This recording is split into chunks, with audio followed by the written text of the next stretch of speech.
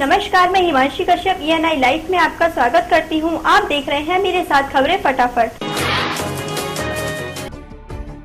ओलावृष्टि की मार से किसान उबरा नहीं था कि उसे सूखे ने बर्बादी की कगार पर ला खड़ा किया। ऐसे में बुंदेलखंड में फसलों की घटती पैदावार से उबरने के लिए किसान अब तुलसी की खेती कर रहा है। वहीं यहाँ दादरी में बड़े पैमाने पर किसान तुलसी की खेती कर न केवल अपने परिवार का भरण पोषण कर रहा है, बल्कि इस जैविक खेती से पर्यावरण को भी लाभ पहुँचा रहा है। और तो और कनाडा और अमेरिका की चाय में दादरी की तुलसी की खुशबू भी पसंद की जा रही है। इसके चलते अमेरिकन संस्था ने यहाँ किसानों को प्रोत्साहित भी किया है।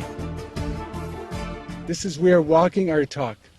By supporting the earth, supporting the marginalized farmer, we are doing what he wishes. We are sharing this teaching of one heart and uplifting the planet, uplifting the earth. Does that make sense? यहाँ 300 एकड़ में फैली इस खेती की शुरुआत पहले 3 एकड़ से हुई थी। अब यहाँ देश में ही नहीं बल्कि विदेशों में भी लोग दादरी की तुलसी के कायल हो गए हैं, जिससे यहाँ पैदावार तो बढ़ी है, साथ में किसानों का पलायन भी रुक गया है। पानी कम बरसता है तो उसमें हो जाती है। बाकी अन्न प्रथा बहुत ज़्यादा है अपने बुंदेलखंड में, तो उसको जानवर नहीं खाते हैं तुलसी को, इसलिए हमको जो है उसमें ज़्यादा नहीं देखना पड़ता है जानवरों को, और इसमें प्रॉफिट भी अच्छी मिल जाती है। बाकी और फसलों के रेट का कोई निश्चय नहीं होता है, इसका रेट फिक्स हो जाता है। किसानों की ये फसल कम पानी में तैयार हो जाती है और पैदावार भी अच्छी होती है, जिसके चलते इन फसलों की अपेक्षा में इसकी कीमत भी ज्यादा है और किसान को मुनाफा भी ज्यादा होता है, जिससे वो गांव में ही अपनी जरूरतों को पूरा कर कुशल जीवन यापन कर सकता है। तुलसी में रियली जो होती है, तुलसी हमारी बरसात के सीजन हमने तुलसी से बरसात में यहाँ पर ड्राई जोन है, मतलब कि सूखा एरिया है, तो तुलसी एक ऐसा क्रॉप है कि सूखा में भी पड़ जाए दूसरी फसल बिल्कुल नष्ट हो जाएगी, लेकिन तुलसी से कुछ किसानों को मिल भी जाता है। इस उद्देश्य से तुलसी का सिलेक्शन किया गया।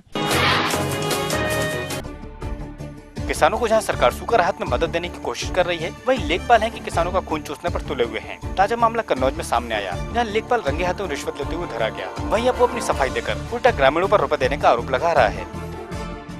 ना सूखा वाली मिली ना ये वाली गेहूं वाली मिल रही। जब आप चेक लेने गए थे तो आपसे क्या कहा था? पैसे मांग रहे। कितने पैसे मांग रहे हैं? 500। आपके बगल में जो पैसा ले रहा था वो कौन था? कोई नहीं, वो तो पैसा तो ले रहा था उसमें तो ये गांव वाले अपने अपने दलाली कर रहे हो।